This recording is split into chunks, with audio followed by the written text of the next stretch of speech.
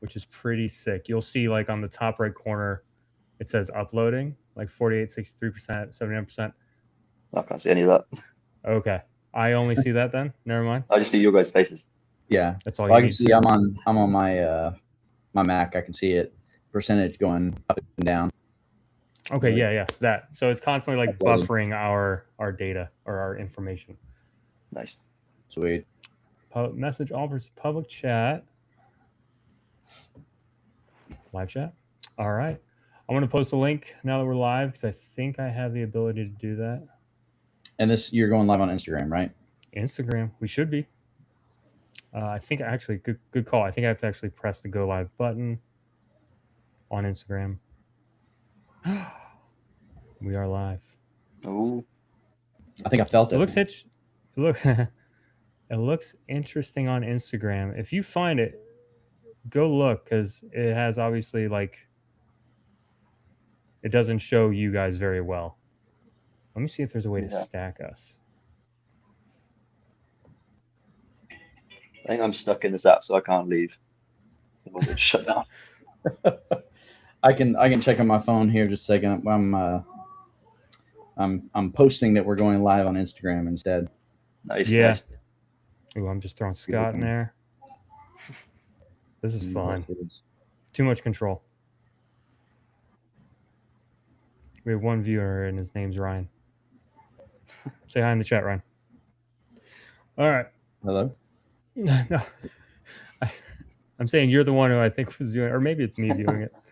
I was saying I'm not in there yet. Yeah. It's like, man, my phone's got a mind of its own. All right.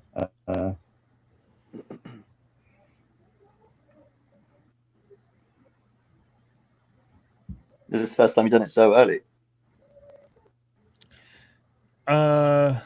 Yeah. Yeah, we normally don't go live. You said this early? Yeah. Yeah, we normally don't go live this early. See how it turns out. Yeah. It'll work. It'll work. Because we got it. What time is it there? I think it's about 6. Okay, yeah. So you're only 5 hours ahead of us. That's not bad at all. Are you both on the same time zone? Yeah. Yeah, we're in the same time zone, which is nice. That's nice. Yeah. I was like checking like Florida time. I was like, they're definitely not both in Florida. Nope, but we're on that vertical line. Yeah. that longitude line, right? Yeah, I didn't say longitude because I was worried I'd be wrong. No. Yeah, you're right, man. Nailed it. I don't even see how we're live. Yeah, TikTok just bottlenecked me. I might try and set it up later once I get past 1,000, but obviously that's gonna be way past what we're doing now.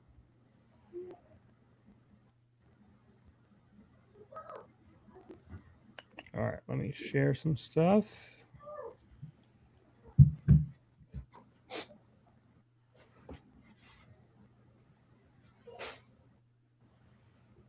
I kind of want to get to know you, Scott.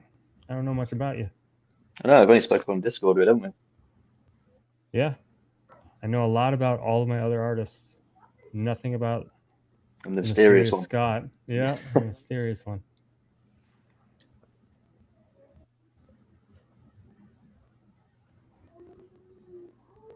Okay, yeah, we are. Okay.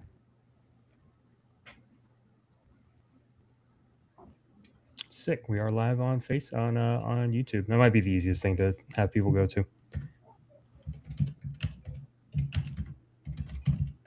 You said YouTube? Yeah, YouTube. We're live on there. It might be the easiest thing to send people to. Okay. Do you have a link? Or I'll try and put it on my TikTok. I'm going to post it in the chat here in a minute. Nice. That way you should be. And yeah, but you can post it on TikTok or wherever. All right. Yeah, I posted. Like literally, I hit the post button as you were like, and we're live on YouTube, and I'm like, we're going live through Instagram, which is well, we're live on both, but okay, good. Yeah. So I did add on there, like also YouTube, cool. But yeah, we're flying by the seat of our pants at the moment, so no worries. Hey man, it's all good. It's all good. This is why I don't do this professionally. Give me a couple more minutes to post things out, and then we old chit chat. So I'm gonna pull up like the PDF and stuff. We'll go over pages and just kind of hang out. I had a couple Yeah, that's questions. Manager, build campaign. All right, let us post. Only 4 days left, man. Only 4 days, and we are Not great. sitting pretty, I think, at 191, 192, Mm-hmm. something like that. Did you how'd your campaign go, Scott, for anti-cryptic? Oh, it went well. Yeah, it went for like the first time, like complete nobody. It went pretty well. I can't remember what the goal was, but we like got past it by a bit. I can pull it up real quick. And that book's complete, right? What did you say, sorry? That book is like fully complete, right? It is now. It was finished, and then one of the stretch goals was like a little side story. And I've just finished that, and now it's all gone to print. Okay. Waiting on that. Awesome, man. So you had a goal of 600 pounds, right? I did. Yes. Which translates to $805. Ah, Okay. A little what is conversion in there. Thank you. And let's see, you overfunded. You got 1,013 pounds, which translates to $1,359, so $1,359. So All right, good. there you It's go. good for the first one. it's pretty awesome. Yeah. What are your plans It's all for half, like it's all gone. what are your plans for number 2 and everything? I'm writing like the rest of everything now. I was doing it individually per issue, and now I'm just going to be like, oh, let's just write the entire thing out and then draw Yeah. it. Because I've like put myself in so many holes and just be like, oh, I can't write my way out of this now. I'm stuck. How many issues? For the like first season, whether it's like 6 issues. Okay. And then it's just maybe continue going, see how it goes. Sick. What did you have for Monstrel? Do you like have you written the whole thing out? An outline? No. I'm about 20 pages into the script for issue 2. So I'm getting there. I'm going back and adding as many huge crowded scenes as I can. Please, no, please don't do that. That's Oh funny. man. So I had a question for you. So I saw your post about that. What is it about writing, or not writing, but drawing those particular scenes? Is it just like so many people and so many different faces, or is it like It just takes so long. yeah. Okay. As a person who does absolutely zero art at all whatsoever, I just not that it's all the same to me, because obviously it's not. But like you post that, and I was like, oh, I wonder. Like I was genuinely curious. Like what was it about that made it so much more difficult? It's just like it's the time commitment to it, because it's like everyone's got a different color, everyone's like got details, zoom in, zoom out. It's just like a normal page, like 10 to 15 hours, maybe up to 20, and then I think that was like 40. So it's just like, and then you're staring at it for so 40 long. hours. Like, it doesn't look like 40 hours. It doesn't look like it. That's crazy. I don't think I've ever spent 10 or 15 hours on anything. Like, No. I mean, my script, I've had a couple people ask me like about scripting and everything like that, writing. And like Artificial One, I did that I wrote the whole thing in maybe an hour. Just because I knew exactly what I wanted. I mean, it's 36 pages. Yeah. Not a ton of dialogue, but enough dialogue to keep the thing flowing. But yeah, I wrote it really fast, but I knew exactly what I wanted. Issue 2 took me much longer. Yeah. Issue 3, I've gone through, I think, about 3 or 4 revisions. I'm finally really happy with it once we're ready to start. But yeah, I've had people be like, man, I couldn't imagine writing. What was your process writing Artificial? I was like, it took me an hour and a half or something like that. I was like, it was pretty easy. I'm sorry. And then that's that was like, with the script for issue 2 of Monstrel. Like I wrote the first couple of pages, and it was like boom, boom, boom, boom, like maybe in an hour, and then I kind of hit page 6 or so, and then I just kind of stopped, and then I left it for several days, and then come back to it, and then the scene that I just wrote, an epic fight scene, but yeah, I mean, bang that out in maybe an hour or two. And that was another, several pages leading up to it, and then several pages for the fight itself. And then again, like I ended it, and I'm like, yes. And I'm like, I don't know where to go from here. And so I just it gets tricky, doesn't it? I think writing is like the part where it just flows out a lot easier, and then the drawing part is like, oh, now I've got to bloody actually put it into reality. Mm-hmm. And that's where you come in. Yeah, we appreciate it.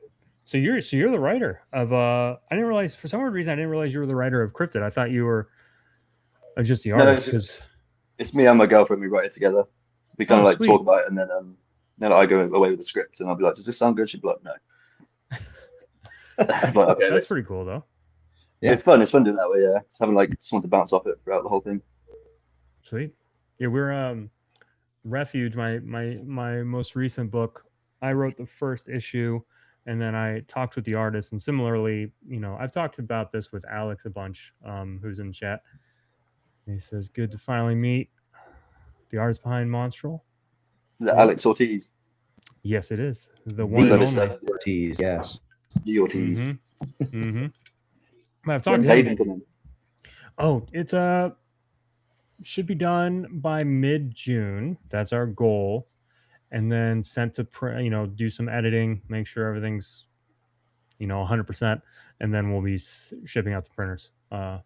So thankfully our printer's really quick. So hopeful that it'll be done quick. But yeah, it's a bigger book. It's like 56 pages, I think, is what we're ending it on. So it's going to be going into like a trade paperback binding. Oh wow. Which is kind of exciting. I've never. Exciting. Yeah, we don't have one of those yet under Bentbox, so I'm excited for that. And then I was talking to Alex. I said, I have to design. I've been designing a lot of things. Obviously, it's all Alex's artwork, but if I can do, I kind of do the graphic design stuff. So like, I'll try and do the cover. I'll do all that stuff. So I have to design now a spine and everything. So I'm gonna be working on that sometime soon. He said, "Yep, estimated mid-June, very close." That always scares me. I did like a thicker book before, and then we sent it to the printer, and I got the bleeds entirely wrong. So we got like the test print, and it's horrible. I hate it. Yeah, I hate all of that, and that's from many times I've gone through that, and it just drives me nuts. And I've kind of gotten to the point now where, unfortunately, a lot of my artists are very, they utilize the full page, and you do that in a lot of areas too, where you're going to have pretty interesting detail close to the edge of the page. But it's just because that's how it needs to fit. And then you'll have moments where it gets slightly cut a bit. It sucks, but it is what it is. You know what I mean? So that's why sometimes I almost recommend digital. I'm like, hey, check it out on digital. There's no bleeds. You see everything on digital, the whole thing. Yeah. But I mean, I was talking to Alex about it, and I was like, for a writer, and this is a little behind the scenes stuff, for a writer, our main investment is money, is monetary investment. So like, I mean, it takes time to write a script, research, build out a lore, all that fun stuff, which Ryan has done for Monstrel, and he showed me a lot of it, and it's sick. And so he's put a ton of time, energy, and love into this world of Monstrel that took a lot of time. But 100%, that's just collecting digital dust on a hard drive somewhere without an artist. So our main investment is money. And I was talking to Alex about it because he was asking me, he was like, well, what's going on with issue 3 of this and issue 4? And I'm like, well, I don't have the money for it yet. I was like, I'm working on it, and then we kind of like, I had to like break it down for Alex. I was like, okay, so I don't think he minds. You feel free to tell me not to share this, but it shouldn't be that big of a deal. I was like, let's break down how much an artist would charge to make a 56-page book like Haven. I was like, if I was the writer and I had all this and I needed you to make it, how much would that cost me? And so we're like going through, I was like, how much you would charge for inks, colors, letters. It would be like $16,000 for issue 1. I'm like, there's no way I can afford it. I just can't make issue, let alone issue 2, 3, 4. It's not really a thing. So it's difficult. All that said, if you can find an artist that's willing to kind of like team up a bit and kind of like maybe even do profits share. I know I don't personally like doing it because I want you to get a ton of money because of how skilled you are and how awesome you've benefited the book. But like, I'm so thankful for Lucas, who's the artist for Refuge. We've had a long discussion. I said, hey, I want this whole book to get done, but I just don't have the funds. And by the time I will have the funds, it might be like 3 years. I was like, or what we could do is we team up a bit and we just do the whole thing. And then at the end, we split whatever profit is. I'll give you even a higher percentage, whatever. So thankfully, Lucas is going to go that route. And that's mainly because he really likes the story. So, and he wants to see it done. So that's a huge plus and something that I'm very excited about. So like the next time we have Refuge, it's going to be a graphic novel. So it'll be a full, like 5 issues, you know, close to 100 some pages, complete story. So that's the next time you'll see Refuge. But that's the only way it's going to get done. Otherwise, yeah, it would cost me 30 grand. Is that going up on Kickstarter when Refuge is done? Yeah. Mm-hmm. So, and I already talked to the people who had a bunch of people backed issue 1, which was great. Technically, and I've been very open about this, it was my first campaign where I wanted to see if I could fully fund it based on, as in like the monetary value it cost me to make the book was 4 grand. Can I raise 4 grand? So I put the goal as 4 grand. I was like, let me just see what happens. I made $1,500 or something like that, which is average. Yeah. But because I really believed in the project and I had already done it, and because you can basically just pay yourself back, I just paid the rest to make sure the thing was funded. That way the book came out. And it was kind of like a test just to see. I was like, all right, so Kickstarter, it's difficult to fully fund a book on Kickstarter unless you're down to maybe issue 4 or 5 and you've built like a pretty large audience following on it yet. So you see a lot of people on Instagram coming like, oh sorry, carry on. No, so that's going to be like the goal later on, is that. But yeah, it's a bit of a challenge to do that kind of thing. But thankfully, Lucas is on board. So Refuge, the complete story, will be out probably summer next year. Already talked to all the backers, told them,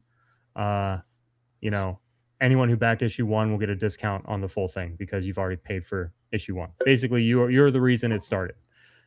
So looking forward to that. And along your similar to you with your girlfriend co-writing it, my wife is going to co-write it with me. So we're going to kind of, I have the main arc already set up and everything, but I kind of asked her, I was like, hey, over the summer, do you want to write a graphic novel? And it'll say Chris O'Hara and Sable O'Hara on it. And she's like, yeah. So very cool. That'd be fun to see it. Yeah, we'll be in the writer's room just like you guys yelling at each other. Just, does this sound good? Yeah. No. Yeah. Yeah. Looking forward to that.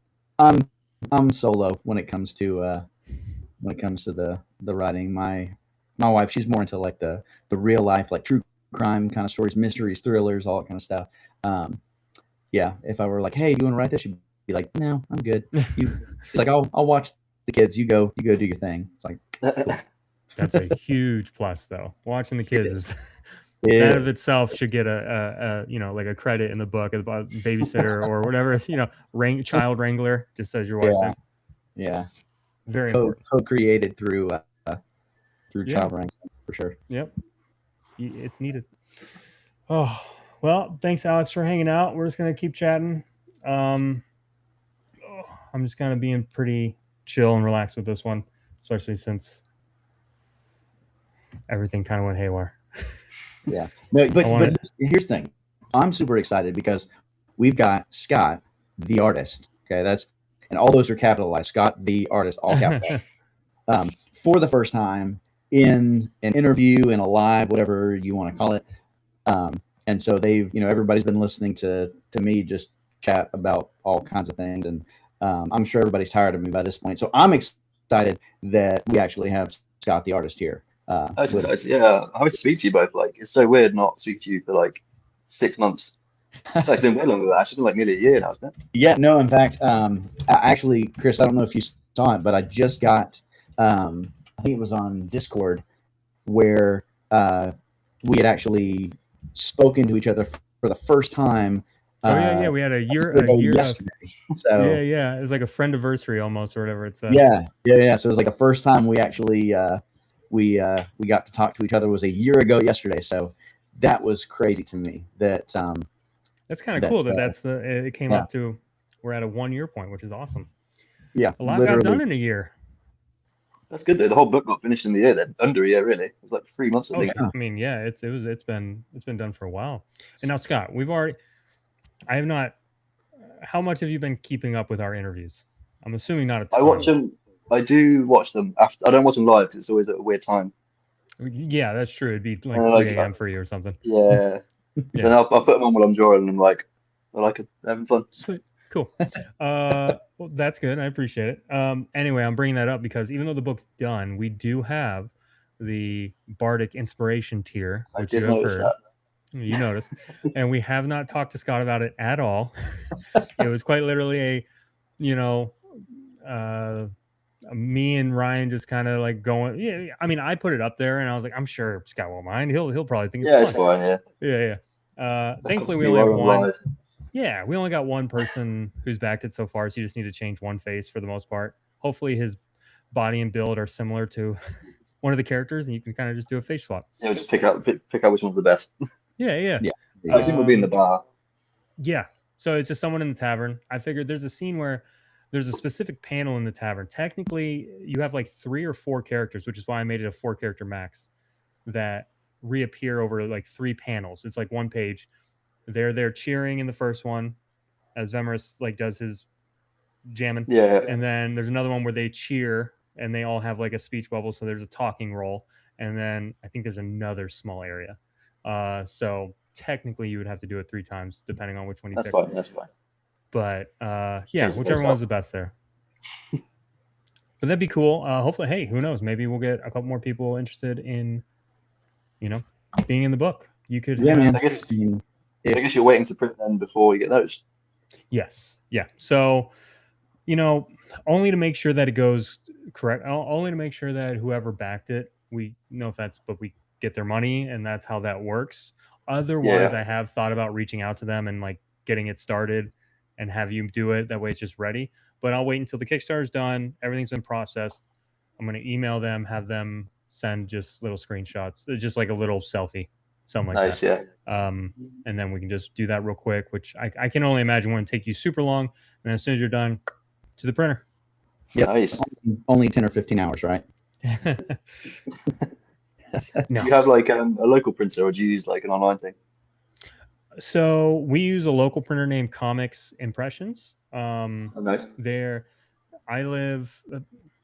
I always try and I live in Lehigh, and they're right next to Cape Coral, and Scott's like, cool. Yeah, exactly. Anyway, okay, all right, sure. So it's about 45 minutes away from my house. That's right then. Yeah, so it's not bad. They're probably slightly more expensive than like using an online printer from China. But the benefit is I don't have to pay for shipping. They're much quicker. Yeah. So like if I go, hey man, I need 150 prints of Monstrel, they'll get it done in a week. So like, and then I can just go pick it up. Yeah. So it's pretty sweet doing it that way. I used Mixam for mine, and I was like, I hope this goes well. I have no idea how it's going to turn out. Yep.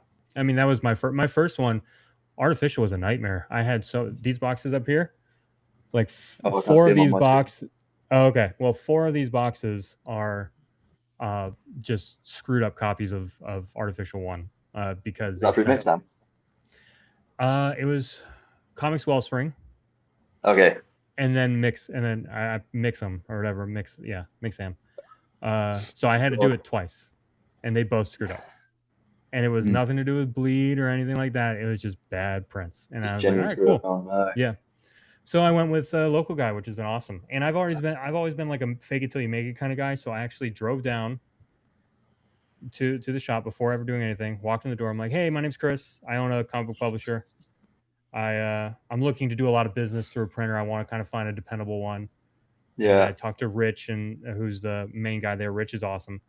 And he goes, oh, let me show you our operation. So I had like an hour and a half walk through of the entire building, all the printing machines. he told me everything about like this kind of paper, that kind of paper, what this does to that, and blah blah, which is really cool. And then he handed me a bunch of like indie books that he had printed already that were like just because they print a little bit of extra in case there's any damages, some breakage or whatever. And so he handed me a couple of those, and yeah, so it was super awesome. Done. Yeah, before I even signed anything or sent him any pages at all. So, and then from there I've just been using him. So he's pretty dope. So I guess it works out for him as well. Yeah, I mean, obviously I'd like to get some more books to him more frequently. Monstrel, Haven, I want to get some big bulk orders to him, but yeah, we're giving him a little bit of business. All right, we got to get Scott to one of those upcoming cons. It'd be so dope to have the whole squad. All right, so a long flight.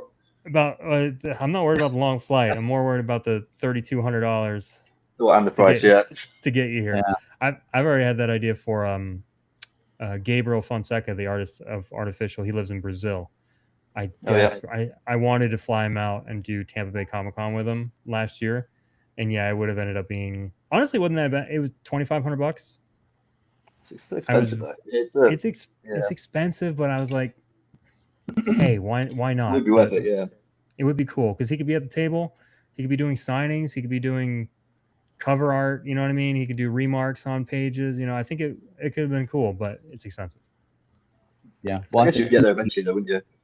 Yeah, to me that just sounds like a challenge. Like, let's do Operation Get Scott to America. Like, I'll never leave. Or secondary idea, let's get Ryan and Chris to Thought Bubble.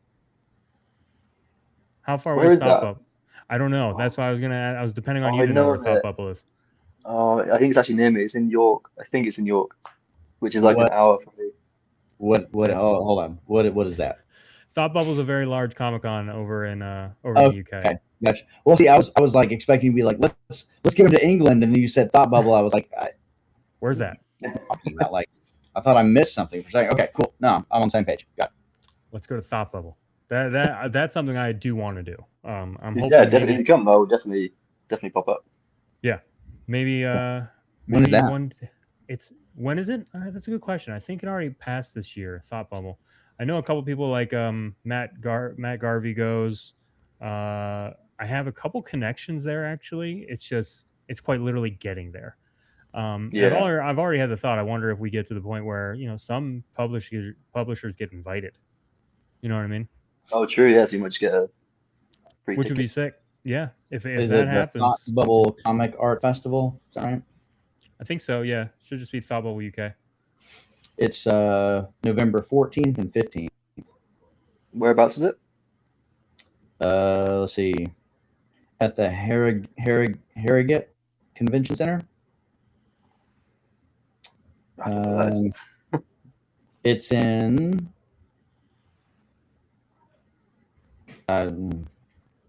It just says across Yorkshire. Oh, York. Yeah, Yorkshire. Yeah. Yeah, with events spread across the whole of Yorkshire. There we go. Okay. Yeah, it's not too far from me. I think it's like an hour, maybe a bit longer. It's not too bad. Although I was moaning about an hour train earlier. But yeah, that's the 14th and 15th of November. Okay. At least this time around. You know what I want to try? I want to try something before we get. We're only 30 minutes in. I'm going to try something. Let's see if this works.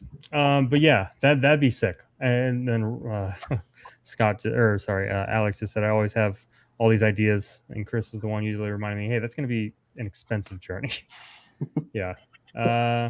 Unfortunately, I'm very aware of money as much as I don't want to be. So like I'm like, hey man, I don't know if that's going to work. But, yeah, as soon as Bent Box takes off, though. Yeah, man. Who knows? We'll see. That'd be pretty cool. Yeah, it'll take off once people get more eyes on Monstrel. Heck yeah, man. I'm seeing if I can window capture. I'm seeing if I can capture our thing and then just stream it to TikTok that way. Well, they might get upset about that. Hey, it's working. Yeah, it's kind of working. Ryan, you still there? Oh, I've got 10% left. Shit. We're all dying. Yeah, I should be right. Am I upside down now? Yeah. You are upside down. Oh God, I've got a big crack on the screen as well. My camera. We gotta get you a new phone. Oh, I'll lose it as well. Let's see what happens. We're live on TikTok, but all it is a recording of the StreamYard. Oh, can you not see anything? We'll see. It's working right now. All right. Let's see if we can get Ryan back in here. Don't know what happened. He's done a runner. Yeah, maybe one of his kids crashed the stream. Ooh. What are you writing currently? So I am currently writing a couple things. I wrote a short story for anthology coming out called The Red Box. Mm-hmm. I've been posting a lot about that. It's a Brazilian anthology. Oh, I saw that. That looked really cool. It's really sick. Here, let me see if I can pull up while people are watching. Let's see if I can pull up. Let's see if I'll pull up some art, man. Is it already finished? Ryan just texted. My kids broke my internet. Oh no. That does happen, and unfortunately, it happens. Immediately. It happens very frequently. Yeah, they're like, I know how to get dad off this live stream. So it is finished, but the cool thing, man, where is it? Hold on. Stick with me, guys. Kickstarter. Let me get the print open.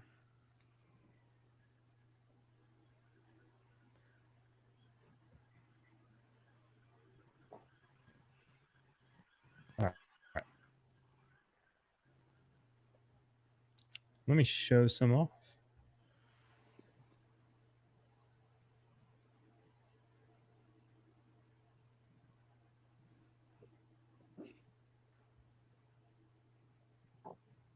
I wonder how this looks on share on. Ooh, okay. All right, that works. What's this look like? Nope, that's Scott's face, then my face. Oh, we'll stick with this one.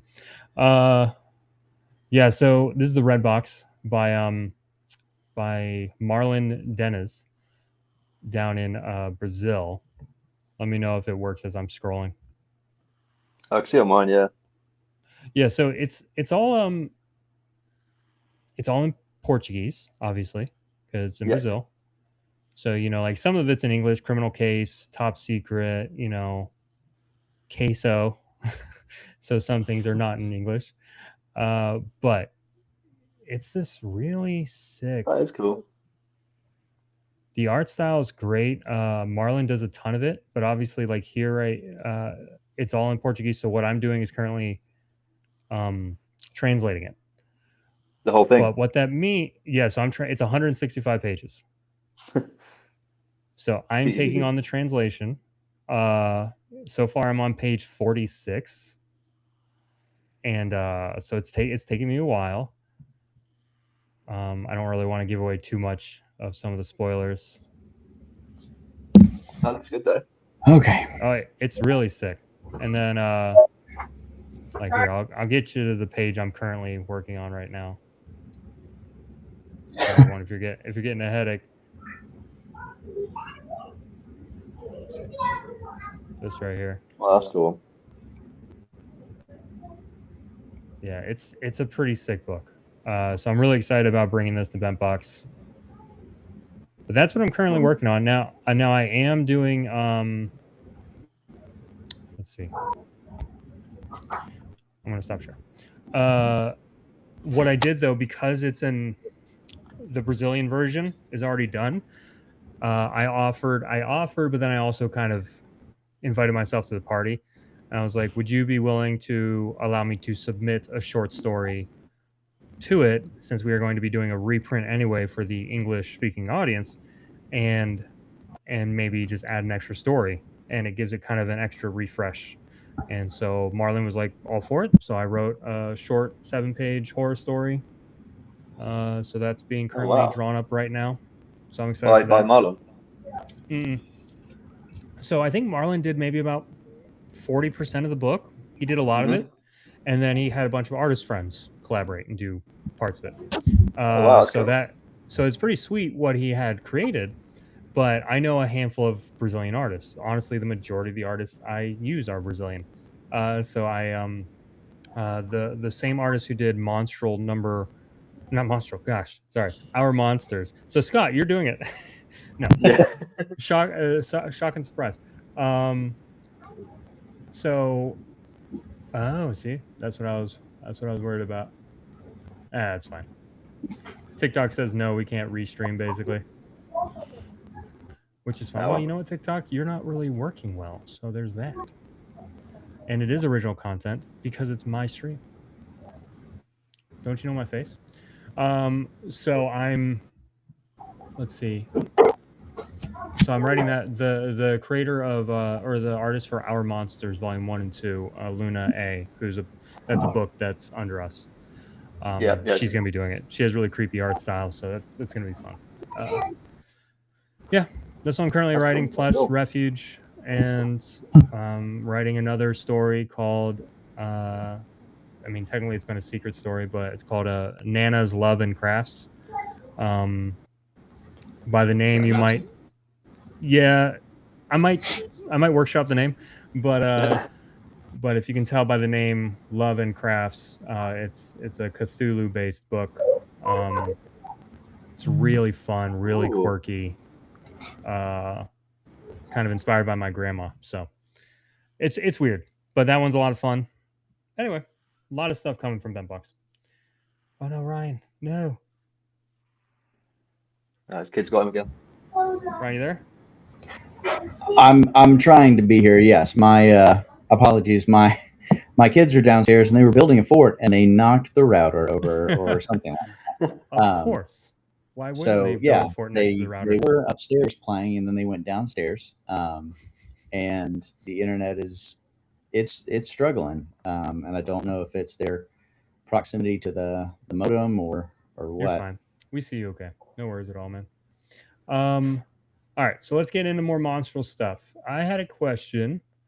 Oh, there goes Ryan. Which is fine because I had a question for you, Scott. Yeah. So, what similar to the if no one has seen it yet, go check out Anti-Cryptic Club. It's really cool. Highly recommend it. But Scott made a post not that long ago about how he had a very challenging page that he hopes never to have to do again. Which is totally understandable if you see the page because it's just a full town. A lot of people. Yeah. Tons of people, which I completely understand is a nightmare. And I get it. Are there any pages, like what was the most difficult or challenging page for Monstrel or panel, whether it be like getting the form correct, getting, you know what I mean? Like the composition right. I think it's a spoiler, I'm going to pull up. It's a spoiler? Well, I don't know. I guess it is. But there's obviously a fight scene in it. Yes. And it's the very big fight scene in the pub or in the bar. Yeah. That's the one that comes to my mind where it's like that was just a lot of people to draw at once and a lot of hard positions. Yeah. I mean, yep, that'll do it. I think that might be somewhere to preview. Yeah, I think it is actually. No, it's not much of a spoiler. It's in the preview. Let me open her up. And even if it is, I mean, we're kind of flying past it. And right now, the only person who's going to get spoiled is Alex, who's already read it. All right, where is Monstrel? Let's open this bad boy up. Is it primarily the let's see. Is it the scene where the actual like attack happens? Yeah, it's like the kind of like the big spread shot of like there's like a guy with a ginger beard punching someone. Yeah, yep, this page right here. Okay, hold on. That one was struggle. Really? I believe you. Okay. And I apologize. Hopefully, this is the last hiccup I have technologically. So this page right here. So this gave Scott the most problems in this book. So I hope everyone appreciates this panel the most. I think it was before halfway. This is actually letting in too much, but halfway through this book, I just started using. I was like learning perspective more, and I was like, why have I not been learning this for years and years before this? I did it, and like this was one of the first panels I did it on. I was like, this helps so much. Oh, okay, like actually setting up the composition to have the perspective actually, lines and everything. Yeah, like before I was just winging it. Yeah, I know. The amount of people, because I'm not really an artist per se, but I went to school for game art, so like I knew how. Yeah, I knew how to make 3D assets for like Unreal Engine and make video games and stuff like that, which was a lot of fun. We did have to do 2D art classes. 2D animation classes was probably my favorite. It's difficult, but it's so satisfying. I don't know if you've done any animations. But yeah, it's very time consuming. Very time consuming, but it's super rewarding the second. Yeah, when you see the end result. Yeah, after spending 4 hours and you get that 10-second clip of a guy standing up, it's super cool. Or like a ball bouncing. So like that kind of stuff is one, yeah, that I just had a ton of fun with that. So I have a ton of like learned things about art. I just don't really have the skills. I'm okay. I'm sure if I honed them after years and years I could, but yeah, stuff like perspective lines, utilizing silhouettes more, that way you're not focusing on too much detail if you don't need to be. Yeah. Little things like that. Time though, doesn't it? It's like repeated pressure gets better. Yeah. Cool. No, I you know what, I had a feeling this was probably the page, because this is a fun little scene. Yeah, it was one of the bar ones, definitely. I think they had the most people. It's the people to me that make the hard bar. The more people. Right. And then this right here is a so if anyone's listening and they want to, I'm going to show off probably the best example of what the Bardic Inspiration page would be. Like where you would be drawn into this comic would probably be this page right here. Oh, the ginger guy's there. I don't know if you're going to take him over. I want the ginger guy to stay. So you're not getting drawn over the ginger guy. Sorry. Oh, I can't see much. I'm gonna pop it up right now. So this is probably a prime example of where you'll end up. Gloves, yeah. I'm thinking guy with the green gloves is going to be the main guy who's probably going to be changed. Maybe this guy, if we get some extras, if we get some females wanting to join up and be seen, we'll probably throw them on these. But I mean, you're going to be showing up twice. You know, we'll have you here as a side profile. Once again, ginger guy's staying. Might get hit in the next panel as well. Yeah. I don't want to give away too much, but this is where you'll be. And don't worry, we'll make sure to send you a HD version an HD version of it, so that you can use it for a profile picture. There you go. Yeah, boy. Get extended use out of it. Frame. We also have. Let's open up this. I'm gonna open up the Kickstarter. We'll see how close we are to everything.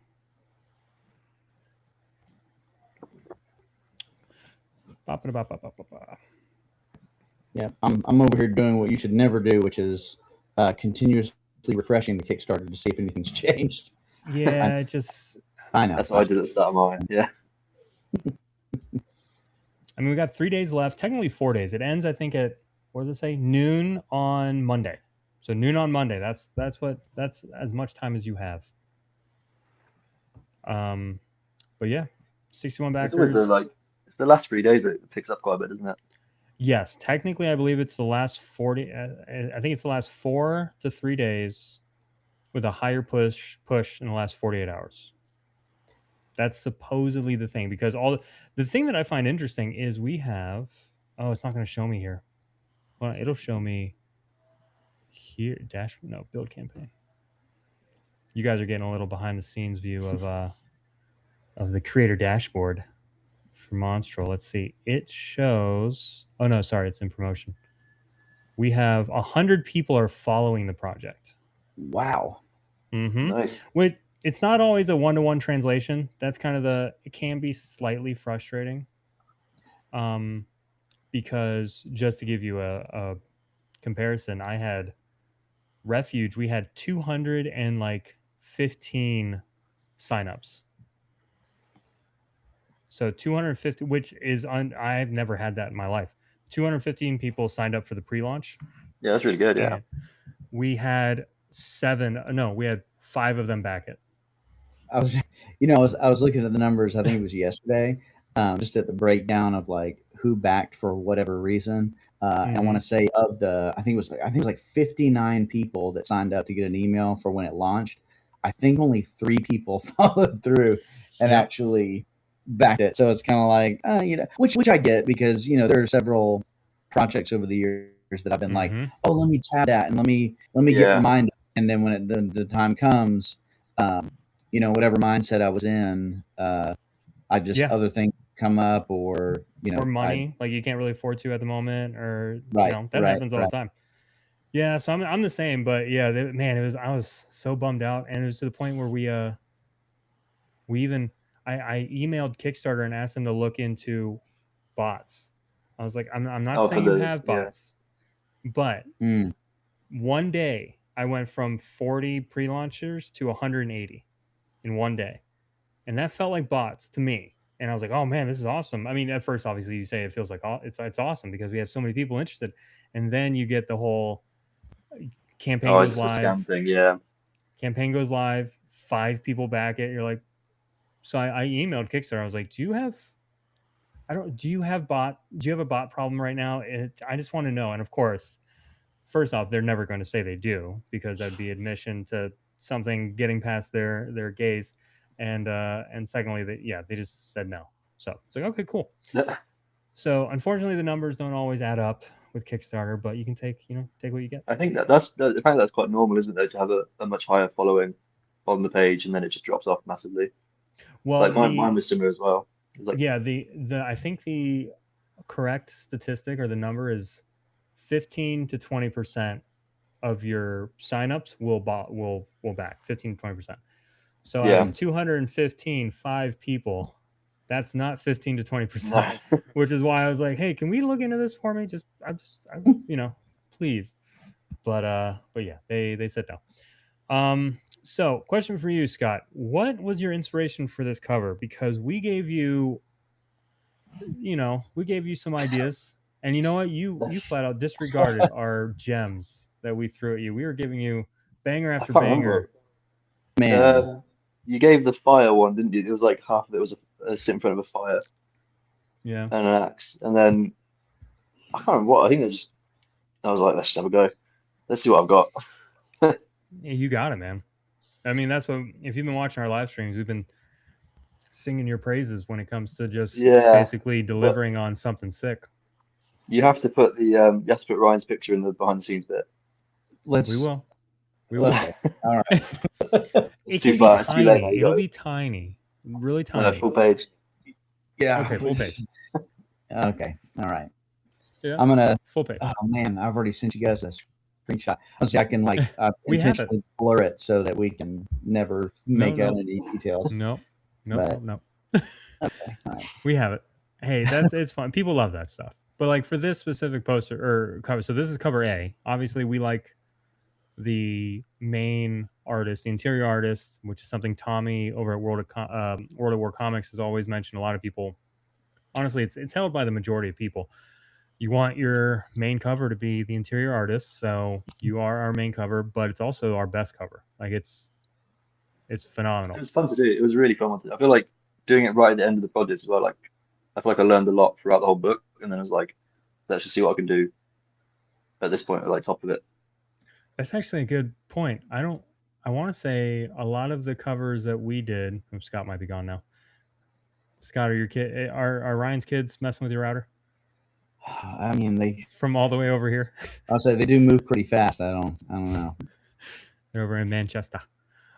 What was I gonna say? Oh yeah, well, I mean, while Scott's buffering, we had I don't think we did most of my books. I have them do the cover like either at the beginning or midway through. So that's actually a good idea. I've never done a cover at the very end, which does seem to kind of be maybe the best way to do it because then you kind of have a culmination. You have a full understanding of the story, the scope, Yeah, fuller and you can understanding. and you can kind of like try your best to encapsulize it in an image, which is exactly what Scott did. Yeah. But there he goes. So now that he's Yep. gone, we can talk about how terrible this cover is. Truly garbage. No, but when he comes back, I wanted to ask him because I noticed this. Yeah. And I just, now that he's here, I can ask him. So if you look at the helmet here, just the amount of detail that he put into it. Yeah. You can see on the side of the helmet, there's like a fixture to cover the pointed ears. Yeah. Whereas like usually a helmet would go over and just cover the whole head, ears included. But again, it's got like that kind of fantasy orc kind of feel to it, that he's got that extra detail where you've got the ear covering as well. So just little things like that. All Scott just kind of coming up with cool ideas as he's building it, which is exactly awesome. Like never once did I say like, hey, you should design the armor this way or the helmet that way, or like that was all his all of his flair that he added to it, which is crazy. Like, and it's something that as the writer, like, I could have told him, hey, this is what I want you to do, this, that, but I left it open to kind of his interpretation, and then just that detail that he added is just really cool. I mean, it would probably be extremely uncomfortable to wear that helmet. I just have to imagine sliding your ears into this. Like, well, I was thinking maybe they like detach or something. We need to ask him like that. You put the helmet on, and then you put the side pieces on, and all that kind of stuff. What is the functionality behind this helmet? Scott, like what were you thinking? Yeah, that would be. I mean, hey, those big pointed ears, they're a big target when you're on the battlefield. So gotta cover those up. All right, we got a comment. We have a question. I'm assuming it's a question. Okay. Oh, hold on. I just tried to. Of course, I'm trying to edit. I don't want to edit. I want to view. Let's see if I can pull it up here. Well, I'm keeping it as no. You don't do it. Stay away from it. I'll tell you what it is. Oh, okay. For reasons. Oh, okay. Okay. So, how is Ryan so smart and creative to make Monstrel? Have any idea who that might be from? Oh man, I couldn't imagine. That's how I was like. That's funny. No, you can't look it up. # proud wife. If anyone wants a little extra information. Yeah.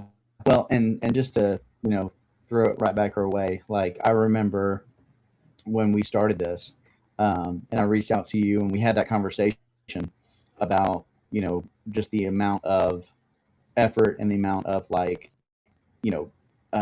monetary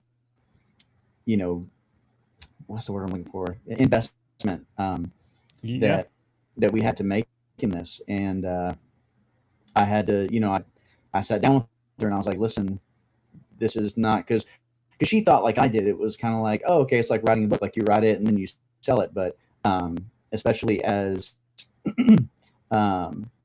as just the writer and not the artist, it's like I did not realize how much time, effort, and money and all that stuff kind of went into it. And so none of this would have been possible if she had not been on board, because it's not something that you can stand by and just kind of go, oh, okay, like do whatever you want. It's like, no, we had to sit down and really have the conversation. Like, hey, we're going to put X amount of money towards it, and this is going to be, the result of it and all that kind of stuff. So yeah, this is very much a team effort.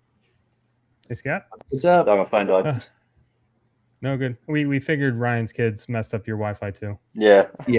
They knocked over your router. I heard a knock at the door. I got really scared. 2 children just busted in. Oh man, I wouldn't. I mean, yeah. Shout out to the Cool Wives Club of goofy creators like us, because same with my wife. A lot. Yeah, they put up with a lot. A lot of like, hey, does this lore make sense to you? Here, I got a story idea. Here, sit there for a minute. Let me just lore dump on you while your eyes glaze over. Yeah, so, let's take stuff and go away. She's not a fantasy reader or anything like that. So I'm like, okay, so here's the story. Now I'm like telling her, and you can just like see her eyes glazing over, and she's just, but she doesn't want to do that thing where she's like, oh yeah, it's really like good for you. She doesn't want to approach it that way. She really is like a firm believer in the story, and I think she also saw like my excitement behind it, and we did have the conversation where I was like, hey, I really think that I can make this into something, and this is going to be the first time really creatively where I have gone into a project and finished it, because there have been several things that she's been supportive of that I kind of started and things kind of fell off for various reasons, but this is the first time where I've pursued something and it's actually going to, like, in just a couple of months I'm going to have something in my hands and I can go, look, I finished this, like I did this, I followed through from start to finish, and here it is. But yeah, it's a big part of it for sure, because she definitely could have said, hey, we don't have the money for this right now, or we're doing these other things, like we can't really put a stop to those things for you to do this. And yeah, man, it was just a good timing, and a lot of. How long have you had the script for Monstrel 1 finished? Yeah, we've let's see, it's been about 3 years at this point. Oh my God. Yeah, about 3 years ago, I finished, like, I've talked about it before. I went through like 10 or 15 iterations of the script, and finally landed on one that I really enjoyed, and I paid like a webtoon artist to mock up like the first 5 pages, and yeah, I remember you talked about that. Yeah, and sent them out, or pitched it online to a bunch of different publishers, big and small. Never heard anything back. So after about 6 months of that, I was like, no, okay, maybe this isn't really a thing that's going to be a thing. So I, digitally shelved it, so to speak, until I saw a video, somebody talking about Bent Box and reviewing some of their books. And so I basically cold messaged Chris, not knowing that it was him, just knowing it was Bent Box, and was like, hey, can you check out my stuff? See, at the very least, give me some feedback. Because at that point, I didn't even know if it was good. Like, I had heard nothing from anybody.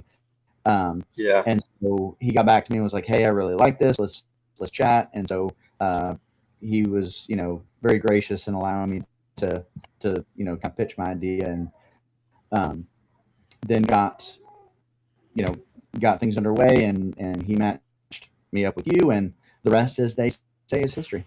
When I read it, I was like, sorry, I was so shocked at how much you managed to fit into 22 pages. 100%. I was like, I looked at my comic after that. I was like, I need to redo everything. He's like, you got like the whole story arc in like one issue. Like, such a good setup for such just a short amount of time. It was really good. No, yeah, it's impressive. And I think it's definitely something that, like I said, I don't want people to think that I'm like some like idiot savant writer or prodigy or anything like that. Like, it definitely, like, nobody saw like all the years and like the thought in my head, and then the 10 different versions of the script, and going back and reworking things and all that kind of stuff. And that's the thing that I've heard from a lot of authors, books and comics and all that kind of stuff. When you release your first project, like, before anybody knows who you are or what the project is, you've got all the time in the world, because there are no deadlines, there's no one expecting anything. So, I'm hoping we can catch lightning in a bottle twice, and that, I'm working through issue 2, and I'm hoping that I didn't go from this, like, breakneck pace story with everything kind of concise in 22, 23 pages, whatever it was, to issue 2, where it's like, all right, now it's 35 pages and there's a slog in the middle, and like, I want to try to keep that same pace. But yeah, so we'll see how quickly I can work through all the drafts of issue number 2. We'll see. Yeah. Alex said, bro, I said the same thing. Like, how do you guys pull that off? Fit a whole solid story into 20 pages. Yeah, literally not feel out of pace. Just for an origin. Yeah. Well, I think because I read a lot of epic fantasy and science fiction, things like that too. And so the way that I approached it was I kind of have the whole story already in my head. And so all I had to do was basically go, all right, well, here's the story. Just cut it up into like 4 or 5 parts. Right. And then really all you have to do is figure out at the end of that first part, how do you end it in such a way that like is not only like a cliffhanger for the second issue, but will definitely flow into that second issue, so that if somebody picks up issue 2, they go from issue 1 to issue 2, and it's almost like there is no break. It just flows seamlessly from issue 1 to issue 2. So it's definitely something that I have learned how to do just from reading like epic fantasy trilogies, where you've got the first book, and the first book itself is a story, but then by the time you end the first book, all of this other stuff is kind of set up. It's like hidden plot lines kind of in the background. Yeah. So it's like a really good story in the first book or the first issue, whatever it is, but you end it in such a way that it kind of you're getting ready to open a whole new world, and once you have the basics down, you can build on that, and that's where we get into the lore building, world building, all that kind of stuff. So that's what I'm really excited to jump into. Yeah. Do you know how it all ends? Oh yeah. Don't say it, but do you know? We've talked about it before. When I first reached out to him, again, I had no idea how comics work. All I know is that I read a lot of graphic novels, which is 100, 150, 200 something pages, or more of a whole story. And so I was approaching it like, okay, like I outlined the whole thing. I've got 10 story arcs across 10 graphic novels at like 100 pages a piece, where each book is like a story arc by itself, but there's an overarching story arc as well that kind of is revealed throughout the shorter arcs. And so Chris is like, so what are you thinking? I'm like, here it is. And I showed him the whole thing, and he's like, okay. 5 omnibuses. Yeah, exactly. Yeah. It's like, 5 omnibuses and like all this kind of stuff. Anyway, so he was like, well, what's your plan for issue number 1? And I'm like, oh, you mean like first fourth of the first story? Oh, let me think about that for a second. So I haven't thought that far yet. I've only gone to the very end. So I had to shift my whole mindset and realize that you can't write it like an epic fantasy trilogy or series or whatever. You gotta take it one bite-sized piece at a time. Yeah, I mean, I know a couple of writers. One that I know, he kind of he has a very extensive layout plan for every single issue, the whole arc. So he has put in so much of the work, which is great. And he kind of has the whole the whole thing done, as well as the bite-sized stuff. So that is incredible. I can't do that. I have to kind of focus on the main arcs. You know what I mean? Like the main beats, and then I kind of fill that in with writing, because I'm just, I mean, I have it all planned, but I can't plan out. Like when I go to sit down and write, I don't know about you two, but when I go to sit down and write, I don't have a mental, let me think, like panel by panel idea, page by page idea. I don't have that. I do have the general pacing I want done, like, but it's all mental. It's all like, I know what this page needs, and I know that the next page needs to have a turn to it, like a nice turn reveal. I'm going to build to that turn reveal in the moment. And I know what, will progress the story, but it's not planned per se. So like, that's typically, I write a little haphazardly. So I don't know. Some people don't like doing that, and I get it. I think I did that. Oh, sorry. No, go ahead. I did that at the start of when I was in the Anti-Cryptic Club one. I was like, let's just get a comic out as quick as I can. And then did like half of it and was like, so this is just not doing well for me. I read it. Then we came to Monstrel, and I was like, oh my God, this is how you write a comic book. Yeah. No, I mean, and after that, I was like, right, redo it. He nailed it for pacing for sure. So yeah. Yeah, and that's kind of where I'm at with issue number 2. Is I started out and it, kind of had to pick up where issue 1 leaves off.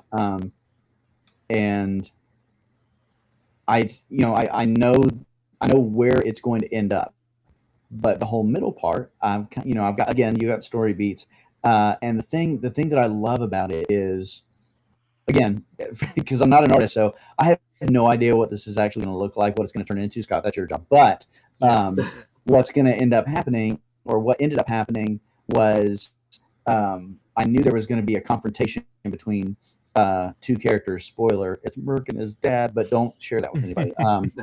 But anyway, so right, so there's a confrontation, and I didn't really know what it was going to look like until I started writing it. And then, like, once it started coming out onto the page, I mean, I was just like typing furiously and doing all this kind of stuff, and I had no idea what it was going to look like until I like finished it. Like, I got towards like the build up to it, and I'm like, oh my gosh, like, what if this happened, and what if this is, influenced the relationship, and he had no idea. So I'm like doing all this kind of stuff, and when I finished it, I kind of ended, and I was like what just happened? Like, so I had to go back and reread it, and again, now that I've seen, Scott, your artwork, I can visualize it much more easily. For sure. But yeah, so I wrote it and went back and read it, and it just kind of was like, it blew my mind, not in the sense that it's like amazing writing or anything like that, but just in the fact that when I started, I had no idea where it was going to go, and then 5 pages later, I look back and I'm like, oh, this is where it needed to go all along. And I just it's did. Weird, like, it comes out sometimes. Yeah. And I knew it was going to be a specific kind of interaction, a confrontation, but I didn't know what it was going to look like. And then it just kind of, I word vomited, and when I came back, I was like, oh, that's exactly what needed to happen. Now the trick is. Sorry, carry on. Well, I was gonna say the trick is to finish that, and that's where I'm currently at right now. Like, I finished that, and now I'm like, well, crap, that was like really amazing. Where do we go now? Yeah. Do you go back in and then do you write it like panel 1 text, panel 2, or do you write it all and then edit it back? I do it, panel by panel. Also you immediately start going to panels. Mm-hmm. Yeah. So I don't know, like, and because issue 1 was so just kind of like firm in my mind about what I wanted to do and where I wanted it to go, I was very detailed in a lot of it. But I'm just going to warn you right now, there are some panels where I'm like, hey, this is happening. Yeah. And I'm just going to leave it up to your interpretation. There was some bits were very vague. I was like, I don't know what to do. Yeah. Well, we were talking about that when we were having the internet issues, but going back to your cover, we were talking about just all the details on it, and help me remember, because I don't even remember Baag, who is Merc's dad. He wears that sick, crazy looking armor, right? Oh yeah. Did you put that in there? Did I write that? I don't remember. I remember being like really excited. Yeah, I had an idea in my head that you had this like crazy orc armor. I think you said come up with something that he wears. Yeah. something like that. And that's the thing. It's like when you sent me the pages, I was like, oh my god, that's incredible. Like, it was one of those things that I was just kind of like, hey, do something artistic. And then you come back with this. I love the amount of detail when you look at his helmet. I wanted to ask you about this on the live here, but you've got the ear coverings part of the helmet, which is amazing, because usually if you put on a helmet, it just kind of covers everything, but you've got that pointy-eared detail in there. I just thought it was so cool. And we wanted to ask you, do the ears detach? Is it all just do they have to like squeeze their ears in there? Or? You know as much as me at this point. We were curious about the mechanics. I assume it's attached to his visor. I'm actually not sure. I like the visor idea. Visor sounds good. Yeah, okay. but I love it too, because not only is it really cool visually, but and we'll get more of this in issue 2, but it shows how serious he takes this whole orc way of life. Is like everybody's kind of they've got their weapons and they're kind of going and doing the raiding and the fighting, all that kind of stuff. But I mean, he is like hardcore. Like he is. Yeah, he's I like mean, a warmonger. Yeah, like the full suit, and more of that kind of obsession comes out in issue number 2. But I just, one, like I said, visually it looks amazing. But 2, it just kind of showcases his obsession with that particular way of life. So not only is the artwork incredible, but you've drawn these characters in such a way as to kind of highlight their individual, characteristics as well, which is really cool. Yeah, I think I'm gonna say that I think that it connects the actual rotation of the visor is right underneath the ear, so that's like the hinge, and the ear part is purely aesthetic. That is my interpretation of this. Almost like hey, we are orcs. I want you to know I'm coming, even with this visor down. You can't see my green skin, but you'll know I'm an orc. Yeah, that's interesting. That makes me change it now. It could be too. To make that more. Yeah, it could be too that they're in the throes of battle. If you're fighting other people with armor, like you don't know who you're fighting, so you've got that distinctive. We are orcs. Yes, like we are farmers. But yes, man, we're world building right now. Here we go. Okay, all right. So that's the official canon. You're welcome, everybody. Moving forward. Yeah. And then I had a question for you, Ryan, real fast. And then we're already past an hour, and then we'll probably call it pretty soon. And this will all get chopped up and put into reels and stuff, and that'll be how it's on TikTok. It'll be a little bit more digestible. But nice. You mentioned, let me stop sharing my screen. You mentioned you had the view of the book, which was almost fully based on just your imagination, and then the 5 pages you paid for previously. Mm-hmm. And then obviously you get, hey, Jacob's here. What's up, Jacob? Jacob, get some 3D prints going of the armor, please. Send that over to me. He's one of my buddies, so I'm going to put him to work.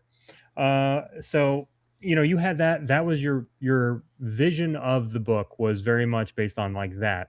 And then having Scott being able to help you realize it like so much better and really like closer to the final product that you wanted. You mentioned how that was just like a huge moment for you, like, oh wow, this was the potential that I had, and now we're here.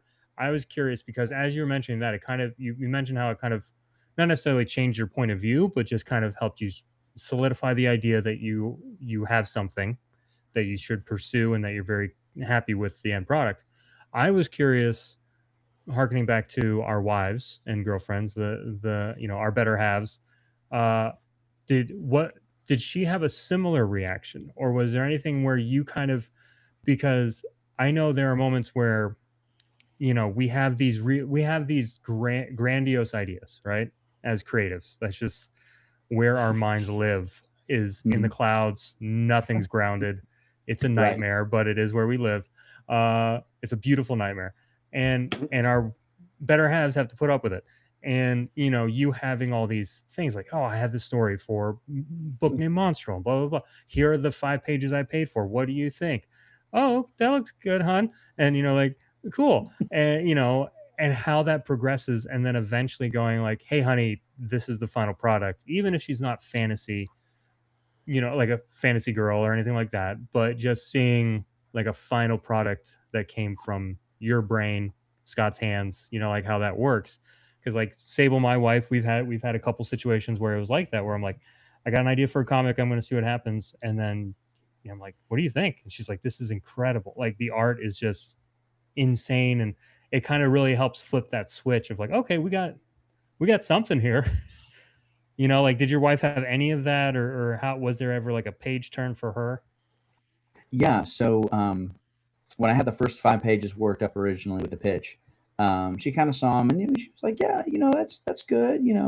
It's a cool story. And then I like I said, I pitched it as often as I did and didn't hear anything back. And she's like, oh, okay, well, maybe it'll turn into something down the road and all that. But then when Scott, when you started sending pages, I was showing my wife, and she was like, oh, like that's good. Like your right. Story is good, but this is good. Like, yeah. And I think it really solidified for her too. Like, just Chris, like you said, when we're talking and kind of, you know, just kind of throwing stuff against the wall to see what sticks. A conversation is one thing. You can have a million of those and nothing ever come of it. But I think it was definitely a turning point when we started getting those first few pages where she was like, oh, like this is really happening. Like this is really a thing that is going to be a thing.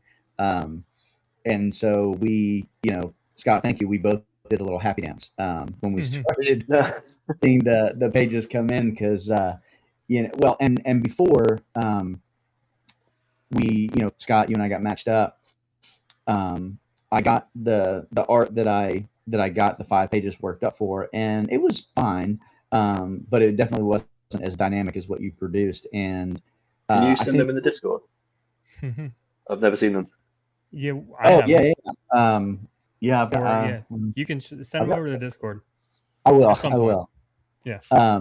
But yeah, so we, I think we were, not that I trust Chris and I trust you and all of that, but like when we first started, I kind of told Chris my horror story of getting on a couple of different platforms and going, hey, I have a comic idea, and I just got spammed with all of this like really subpar work. And the thing that really really stood out to me was like I got 3 or 4 messages, and it was from different accounts, but when I clicked on the portfolio, it was the same portfolio like 3 or 4 times. Oh, I'm like, oh gosh, okay, so Reddit?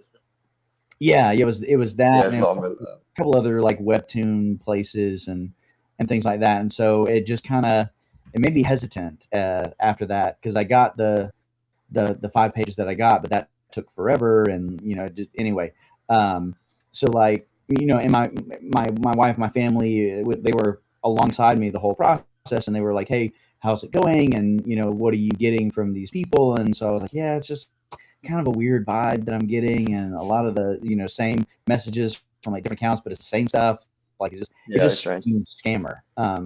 And so I think it made, you know, our collaboration that much greater, is because we had gone through that, and I've kind of seen like the dark side of it, so to speak. And then to get like high quality, like good work from you was like, whoa, like the excitement was just like amplified, because I was like, man, this is like actually legit, you know? And so I'm glad you like it though. Yeah. I'm one of the people who like, I hate everything I make. I'm like, the next issue will be better. But like, yeah. Well, no. Expect your hatred to multiply, because you're going to be doing a lot more for sure. In fact, we talked about it. Like nothing can ever happen to you. We need to get you like a security detail, and just keep you safe at all costs. So, sounds good. But no crowds. Right. Small myself. All right. Well, it's an hour and 18. Not bad. I got to get back to work. Yeah. I got other things I got to do, unfortunately. Other than I love hanging out, so I'd rather just be sitting here live streaming. But this is pretty much we should do this more, but just like not live stream, just chat, hang out. Yeah. But content is king, Ryan. You'll understand. It's 2026. Everyone you need to have a camera on you at all times, making sure everyone knows your every move. I know. Otherwise, it's not even worth doing. Yeah. Am I even living my life if people aren't watching? Like, you're not recording it. Nope, nothing's even. It might as well not even be here. Between like doing this and then just going, I want to sell all my possessions to go live on a farm somewhere. I would love to do that. Delete the internet forever. Yeah. But it's a necessary evil, unfortunately, and we are here right now on it. So thanks everyone for watching. Go back Monstrel, of course, and then go follow Scott on all of the programs or all of the platforms. Oh, we have one last question from someone I've never seen before. Mint Brownies. That's a weird name. So he asked, when will Monstrel ship? Of course, it flip-flops between comments. So in theory, the book is done. After Mint Brownies gets the Bardic Inspiration tier, we'll have a second person we have to draw into the comic. But really, all that it's waiting on is that we'll get a secondary, or we will draw in by the royal we, Scott, will do his magic to draw in your beautiful faces, whoever backs that, and then as soon as that's done, it's ready for shipping because the book's done. So technically the campaign ends this Monday at noon. Then we should, probably by the end of the week, I would think we would probably have a nice finalized version. We'll go over it with a fine-tooth comb a couple more times, make sure all the pages are correct. And then, like I said, our printer's pretty awesome. We'll probably have it done, printed in maybe a week or two, and then we'll start shipping stuff out. So, mid-June, maybe late June, by the latest, we'll start shipping. So start expecting books early July, something like that. But pretty quick. I need to get myself a copy. You don't ship to England, dude. It's too expensive. It's expensive. It's so expensive. That's the only reason. And I mean, to be fair, I will personally make sure that you get one, or if you're willing, I mean, I'll buy it when I get paid. I'll buy one. Well, no, you don't need to buy one, but you can. I have like some people in Brazil. There's no way for me to ship to Brazil. I've tried shipping packages to Brazil, and they get lost. They get lost in customs every time, and it costs me like Bent-Box comics now. Yeah, they have a ton of Bent-Box comics at customs. They're enjoying some high tier quality comics, but it's not getting to the people, and it costs me like $70. So like I've tried to send my artists that I work with in Brazil packages of books, like $50. Here's some books. They get taken every time, or there's a customs issue. They don't even come back. It's just customs issue. So like unfortunately we've made the not so hard decision to just not ship internationally. There's just too many issues. There's no way to fully know the cost of shipping before setting the tier because it changes so rapidly. We have one where like, all right, I think it's like $20 to ship, so we put a $20 shipping cost, and then when the campaign ends, it ends up being $35. And we're like, well, that's that. I need to ship mine still. Well, I'm saying it happens, and there's not really. I don't really know what to do about it. It sucks. So, unfortunately, our books are all going to be shipped domestically. We are working on getting them, like our full library, on Amazon. That way, if people want to buy our books physically outside of the country, you can just buy it on Amazon. Now, if we can get to a point where we have a good shipping relationship with the distributor, which we are actually working on that right now, we might be able to ship internationally easier. I guess it comes with time, doesn't it? Yeah. It all comes with time. So like right now, we're too indie to be shipping to Manchester, and I'm sorry. That's fair. Or Australia or any other place. But eventually. But that said, the artists that we work with, I just make sure they have the print file, and I tell them all the time, like Scott, unless Ryan thinks otherwise, I always say, hey, print off. If you're willing to, if you want to pay for your own prints and then sell them, you can. You know what I mean? If you want to go to a con and be like, hey, I made these books. These are my books. They're obviously Ryan's, but if you pay for the print and everything, it's your art. So like I tell all my sharing Bent-Box as well, I suppose, wouldn't it? Yeah, I mean, it would have the Bent-Box logo on it, but I'm personally not like expecting a kickback. I've been over that a lot of times with contracts. Like if you pay all the money and all the investment, I'm literally just sitting here not doing anything. I'm not super worried about getting 10 cents off of the $5. You know what I mean? Like I'm just not. And I don't want you to have to worry about the fact that, hey, you paid for a table at a Comic-Con, like a local art show or convention where you have all of your books. You have Anti-Cryptid Club, you have Monstrel One showing off your skills. I personally don't want to worry about you to have to worry about that. But that's be opposed either, for sure. Yeah, but that all comes with like if you're going to be putting up the investment, then it's yours, man. So like you order a print, you get it in, sell it, have fun. And the way I look at it too is if you're doing that in England, where it's very unlikely that I will get anytime soon, and the title gets out there and word gets out there, and that it becomes a UK success. Hypes up issue number 2 and like all that kind of stuff. Like to me, it's just all good publicity there. But I mean, we'll have the QR code, like all the books, That's what I try and make sure it happens. All of our books have the QR code. Everything leads back to BentBox or the main home screen of so yeah. It only is more publicity. There it is. Yeah. But yeah, we can talk about that later off stream. For now, option is to do a BentBox world tour and hit all the major cities and like all kinds of stuff. It 100% is. I want to go to I want to go to Tokyo. I have a connection, someone who's been to Tokyo cons. It sounds like so much fun. I would love to go to Thought Bubble.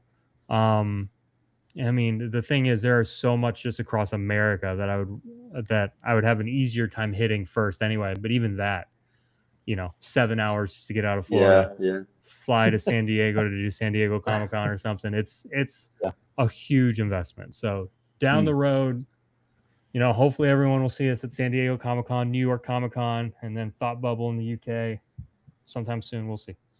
But until I mean, the only way that's going to happen is if you guys go back Monstrel. So that's how that happens. So get on it. All right. Until then, thanks everybody for watching. I'm going to hit the end of the live stream. You guys don't have to leave yet, but bye everybody. Bye random guy named Mint Brownies. Thanks everyone for watching.